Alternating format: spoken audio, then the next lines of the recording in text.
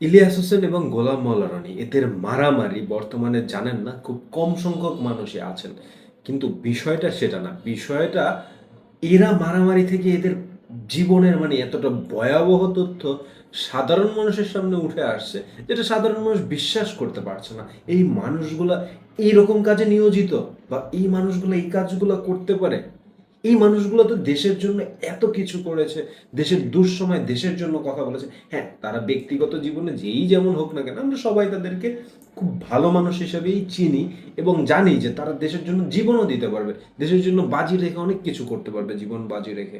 কিন্তু তাদের মারামারি থেকে যে ভয়াবহ তথ্য সাধারণ মানুষের সামনে আসছে, সেটা আপনাকেও চিন্তায় ফেলে দিবে।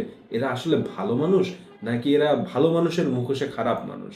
যাই হোক, ঘটনাটা শুরু করি। যারা জানেন তারা তো জানেন, বাট যারা না জানেন তাদের জন্য অল্প কিছু ঘটনা দিয়ে জানিয়ে তারপরে ভয়াবহ কি তথ্য বেরিয়ে আসছে এগুলো আপনাদের সামনে তুলে ধরব। ঘটনাটা কি থেকে শুরু হয়েছিল?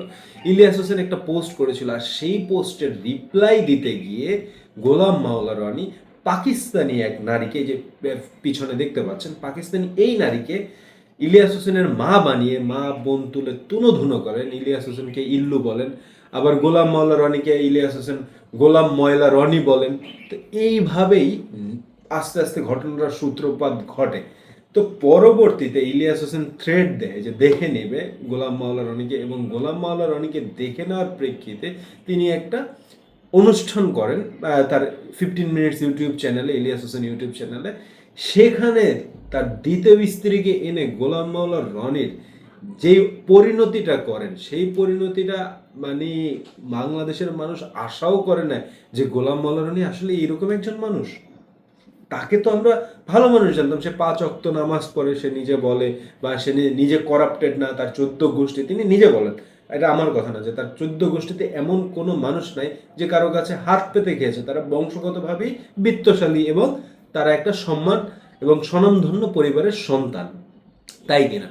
তো তার দ্বিতীয় স্ত্রী, তিনি দাবি করেন, একটা লম্বা কথোপকথন ইলিয়াস হোসেন তার চ্যানেলে তুলে ধরেন তার দ্বিতীয় স্ত্রীর সাথে। সেই কথোপকথনে অভিযোগ করেন তার দ্বিতীয় স্ত্রী যে তাকে আর এক সংসার থেকে ফুলিয়ে ফাসলিয়ে বিয়ে করেন গোলাম মাওলা রনি, এবং তার সম্পত্তির লোভে বিয়ে করেন, এবং তার প্রথম স্ত্রীর কাছে নিজেকে গোলাম মাওলা রনি শারীরিকভাবে অক্ষম তুলে ধরে তার সাথে বসবাস না করে, একই সাথে রাত্র যাপন না করে দ্বিতীয় স্ত্রীর সাথে তিনি বিয়ে করেন। তো পরবর্তীতে তার দ্বিতীয় স্ত্রী প্রথম স্ত্রীর সম্মুখে যখন হয়, দ্বিতীয় স্ত্রী যখন বলে যে না, তার তো এরকম কোনো সমস্যা নাই, এই সমস্যা নাই কেন্দ্র করে গোলাম মাওলা রনির জীবনে অনেক সমস্যা হয়। তারপরে আপনার অফিসে কেন দ্বিতীয় স্ত্রী গিয়েছেন এই কে কেন্দ্র করে পুলিশ ডাকাডাকি করে, পুলিশ আসে গোলাম মাওলা রনির দ্বিতীয় স্ত্রীকে জিজ্ঞাসাবাদ করে যে আপনি কি আসলে স্ত্রী কিনা। পরবর্তীতে তার কাছ থেকে কাবিননামার কপি নিয়ে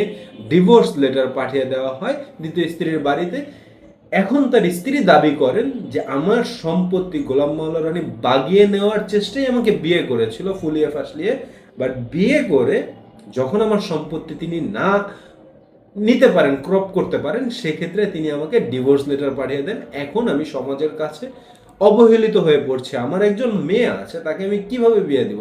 আমি প্রথম সংসারের স্বামীর সাথেও নেই, দ্বিতীয় সংসারে টিকাতে পারলাম না, তাহলে তার পরিবার কি বলবে? তার পরিবার তো বলবে যে হ্যাঁ, তোমার মাই দুইটা সংসার টিকাইতে পারে না, তোমারে কে বিয়ে করবে? ঠিক আছে, দ্বিতীয় সংসারে তার স্ত্রী দাবি করছেন আমার মেয়ের ভবিষ্যৎটা অন্ধকার করে দিল গোলাম মাওলা রনি।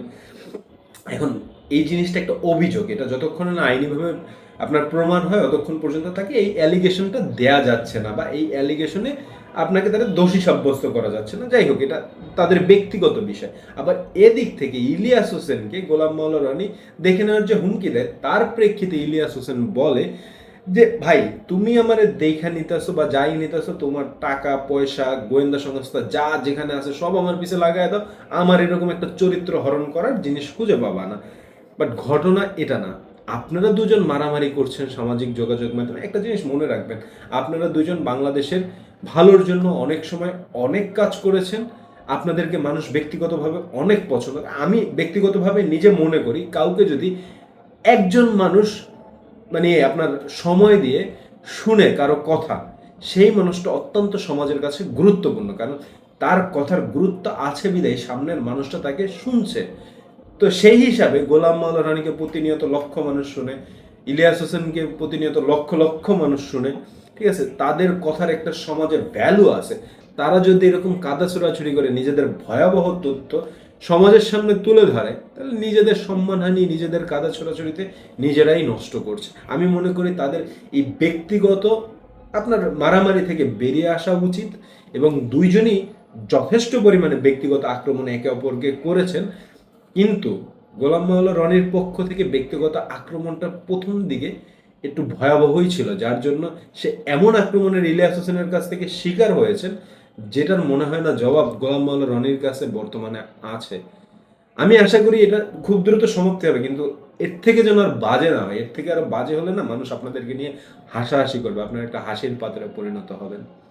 যাই হোক, তাদের লাইফ তাদের কাছে। ভিডিওটা ভালো লাগলে লাইক, শেয়ার এন্ড সাবস্ক্রাইব করবেন। পরবর্তী ভিডিও দেখার জন্য আমন্ত্রণ রইল। আর আপনি কিন্তু নিজের লাইফে ভালো থাকবেন, ঠিক আছে? এরকম কোনো কিছু করেন না জানিয়ে মানুষ আপনাকে নিয়ে হাসাহাসি করতে পারে, কেমন? আল্লাহ হাফেজ।